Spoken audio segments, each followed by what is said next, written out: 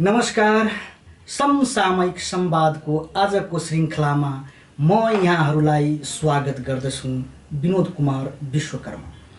आजको श्रृङ्खलामा उपस्थित हुनुहुन्छ जनता समाजवादी पार्टी नेपालका अध्यक्ष माननीय उपेन्द्र यादवजी। सरकारको सिफारिसमा राष्ट्रपतिबाट संसद विघटन भएको छ। अहिलेको राजनैतिक सङ्कटको निकास के र जनता समाजवादी पार्टी नेपालका आगामी रणनीतिहरू के छन्? मूलतः यिनै विषयहरूमा अध्यक्ष उपेन्द्र यादवज्यूसँग संवाद गर्नेछु। सबभन्दा पहिले म अध्यक्ष उपेन्द्र यादवज्यूलाई स्वागत गर्दछु। अध्यक्षज्यू, स्वागत छ आजको यस श्रृङ्खलामा। धन्यवाद। अध्यक्षज्यू, सरकारको सिफारिसमा राष्ट्रपतिबाट संसद विघटन भएको छ र अहिले देखिएको राजनैतिक सङ्कटको निकास के हुने? तेस्रो कुरा, जनता समाजवादी पार्टी नेपालका आगामी रणनीतिहरू के छन् यहाँको विचारमा? धन्यवाद। अब नेपालको संविधान, जुन संविधान सभाबाट जारी गरिएको छ, त्यो संविधानमा हाम्रो पार्टीको धेरै फरक मतहरू रहेका छन्। हाम्रो मान्यता अझ पनि के छ भने यो संविधान अधुरो, अपुरो, त्रुटिपूर्ण हुनका साथै केही प्रावधानहरू विभेदकारी पनि रहेका छन्। यसलाई सच्याएर, यसलाई सुधार गरेर यो संविधानको स्वामित्व सबैले लिने गरी परिमार्जन गर्न आवश्यक छ। अर्कोतर्फ यो संविधानमा जे जस्तो भए तापनि यो के अरे भन्दाखेरि ब्रिटेनको जस्तो, भारतको जस्तो संसदीय व्यवस्था भएको संविधान होइन। यो संविधानमा अन्य मुलुक जस्तै या नेपालको 2047 को संविधान जस्तै प्रधानमन्त्रीले चाहेको बेलामा ताजा जनादेशका लागि संसदलाई विघटन गरेर आम निर्वाचनमा जान सक्ने प्रावधान पहिलाका संविधानहरूमा थियो। अहिले पनि वेस्टमिन्स्टर मोडल भएको संसदीय लोकतन्त्र भएका मुलुकमा यी प्रावधानहरू छन्, तर नेपालको संविधानमा त्यो प्रावधानै छैन। नेपालको संविधानमा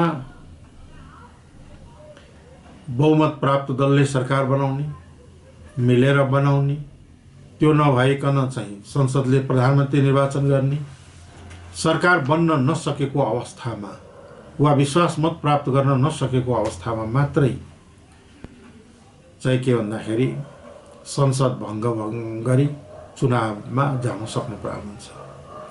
त्यस कारणले चाहिँ के हो भन्दाखेरि जुन 2017 साल पौष 5 गते प्रधानमन्त्रीको केपी शर्मा ओलीको मन्त्री परिषदको सिफारिसका आधारमा राष्ट्रपतिले जुन संसद भङ्ग गर्ने घोषणा गरेको छ, त्यो असंवैधानिक छ। जुन संविधानलाई कोड गरिएको छ संसद भङ्ग गर्दाखेरि, त्यो संविधानका त्यो धाराहरू अन्तर्गत पनि संगठन के अरे संसद प्रतिनिधि सभा भङ्ग हुन सक्दैन। त्यसकारणले प्रधानमन्त्रीले या मन्त्री परिषदले उहाँहरूले नै बनाएको संविधानले दिँदै नदिएको अधिकार, हुँदै नभएको व्यवस्थालाई प्रयोग गरी जबरजस्ती प्रतिनिधि सभालाई भङ्ग गर्ने कार्य गर्नुभएको छ। यसमा उहाँले तर्क के दिनुभएको छ प्रधानमन्त्रीले, हाम्रो दलको भित्र झगडा भयो, त्यस कारणले संसद भङ्ग गरेको। मलाई काम गर्न अप्ठ्यारो पारे साथीले, त्यस कारणले संसद भङ्ग गरेको। अब यही कारणहरू पनि संसदमा राख्न सकिन्थ्यो। अहिले संसदका धेरै बिजनेसहरू बाँकी नै छ, धेरै ऐनहरू बनाउनु बाँकी छ, धेरै कार्यहरू गर्न बाँकी रहेको अवस्थामा संसद भङ्ग गरियो, जो पूर्ण रूपले असंवैधानिक छ। संविधानको कुनै भावना मर्म धारासँग मेल खाँदैन। यसको साथसाथै संसदीय लोकतन्त्रको यो अभ्यास कहीँ पनि दुनियाँमा छैन कि नेताहरू बीचले प्रधानमन्त्रीलाई टेरेन र प्रधानमन्त्रीले चाहिँ मनपरी गर्न खोज्यो, पार्टीले मानेन, त्यस कारणले संसद भङ्ग गर्नुपर्छ भन्ने कहीँ पनि दुनियाँमा चलन छैन। जुन यो कार्य भएको छ वास्तवमा संसदीय लोकतन्त्रको मर्म, भावना, आदर्श, मूल्य र मान्यताका विपरीत रहेका छन् र यसले निश्चित रूपमा मुलुकलाई पछाडि धकेल्ने कार्य गरेको छ, यानि प्रतिगमनतर्फ उन्मुख रहेको छ। र यो प्रतिगमनतर्फ उन्मुख रहेको मुलुकले मुलुकमा जुन संसद भङ्ग गरिएको छ, एउटा राजनीतिक दुर्घटना नै हो।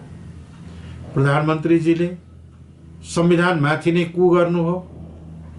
उहाँले गैर लोकतान्त्रिक तरिका अपनाउनु हो र प्रतिगमनको नेतृत्व गर्न अगाडि बढ्नु भएको छ। आज उहाँका साथमा हिजोका जुन व्यवस्थालाई जनताले जनसङ्घर्षद्वारा, विद्रोहद्वारा पल्टाएर फालिसके, ती व्यवस्थाका नायकहरू आज प्रधानमन्त्रीका साथमा छन् र जसले यो मुलुकलाई सङ्घीय लोकतान्त्रिक गणतन्त्रलाई ल्याउनका लागि बलिदान दिए, ती पार्टीका नेताहरू आज उहाँको विरुद्धमा छन् र हाम्रो पार्टी प्रधानमन्त्रीको यो कदमलाई असंवैधानिक, अलोकतान्त्रिक र प्रतिगमनकारी कदम हो भनेर भनिसकेको अवस्था छ।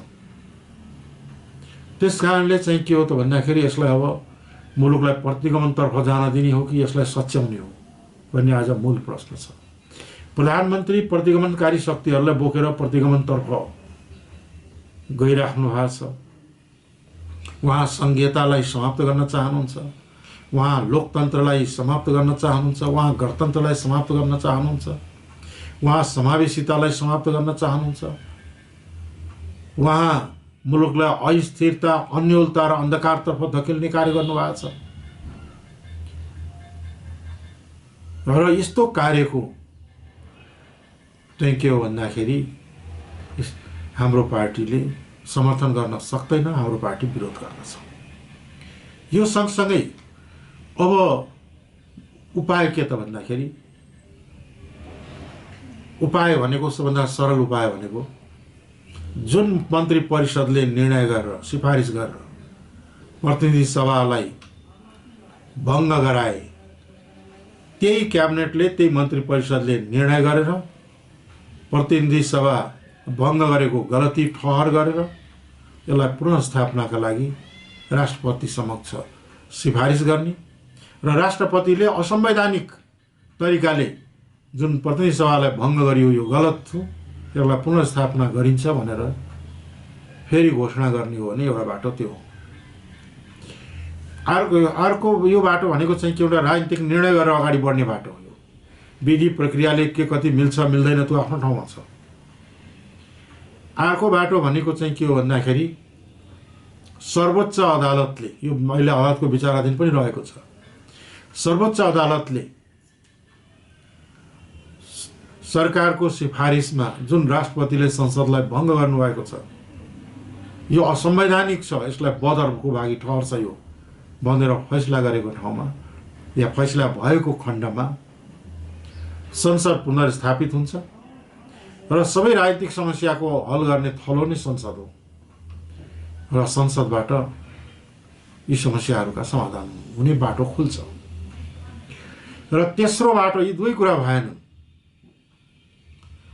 सर्वोच्च अदालतले न्यायिक निरूपणका कार्य गर्दछन्, न्यायपालिका हो, यसलाई हामी सबैले सम्मान गर्छौँ।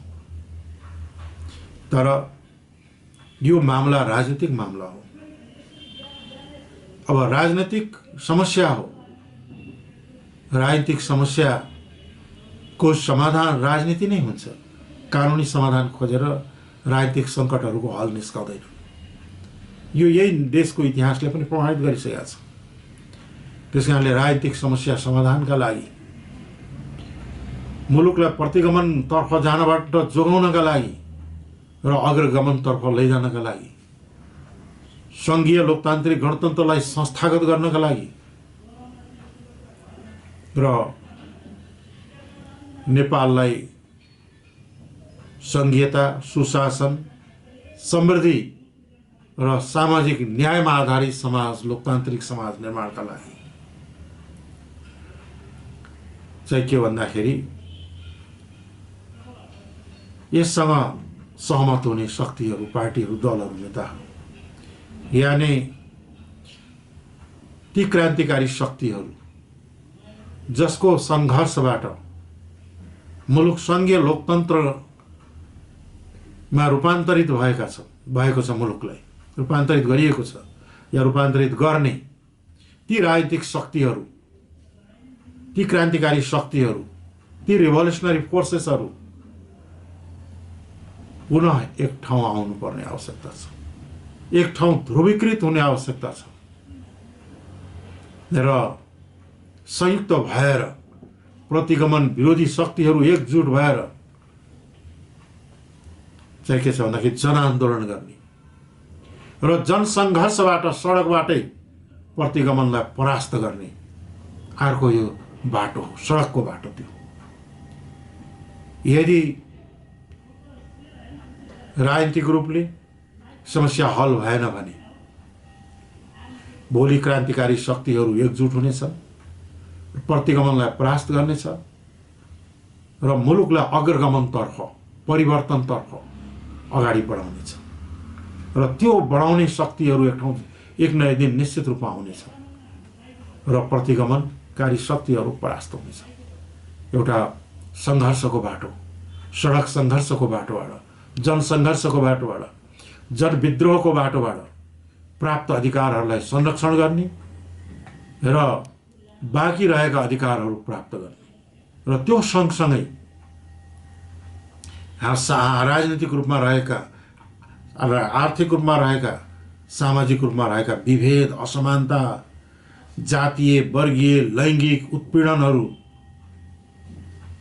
क्षेत्रीय विभेदहरूलाई समाप्त पार्ने, समानता, स्वतन्त्रता, भ्रातृत्व, सामाजिक न्याय माथि आधारित लोकतान्त्रिक समाजको निर्माण गर्ने दिशातर्फ अबको सङ्घर्ष अगाडि बढ्नुपर्दछ। अनि मात्रै वास्तवमा चाहिँ के हो भने लोकतन्त्र सच्चा लोकतन्त्र हुन्छ। विभेद, असमानता र उत्पीडनलाई अन्त्य गर्दै, प्रतिगमनलाई परास्त गर्दै एउटा समावेशी लोकतन्त्र, समावेशीय लोकतान्त्रिक गणतन्त्र नेपालको दिशातर्फ अगाडि बढ्नुपर्ने आवश्यकता हुन सक्दछ र त्यतिखेर यो प्रतिगमन पनि परास्त हुने र मुलुक प्रगतिशील रूपमा अगाडि बढ्ने र मुलुकमा राजनीतिक, सामाजिक, आर्थिक परिवर्तनहरूको बोध जनताले गर्ने। जनताले त्यतिखेर मात्रै गर्न पाउँछन्, उत्पीडित जनताहरूले परिवर्तनको बोध, जब विभेद र असमानता अन्त्य हुन्छ, गरिबी, बेरोजगारी समाप्त हुन्छन्, सबैका लागि शिक्षा, सबैका लागि रोजगार, सबैका लागि स्वास्थ्य र उपचार र आवासको अधिकारको प्रत्याभूति जब जनताले गर्न पाउँछ, त्यतिखेर चाहिँ वास्तविकमा सच्चा लोकतन्त्रको अनुभूति गरिब जनताले गर्न पाउँछ। त्यो दिशातर्फ जानुपर्ने आवश्यकता। हस् अध्यक्षज्यू, समय दिनुभएकोमा धन्यवाद। हस्, यहाँलाई पनि धेरै धेरै धन्यवाद। आदरणीय दर्शकवृन्द, उहाँ हुनुहुन्थ्यो जनता समाजवादी पार्टी नेपालका अध्यक्ष माननीय उपेन्द्र यादवजी। समसामयिक विषयलाई केन्द्रमा राखेर गरिएको कुराकानी। म सहित सम्पूर्ण टिमलाई कार्यक्रमबाट बिदा दिनुहोस्। नमस्कार।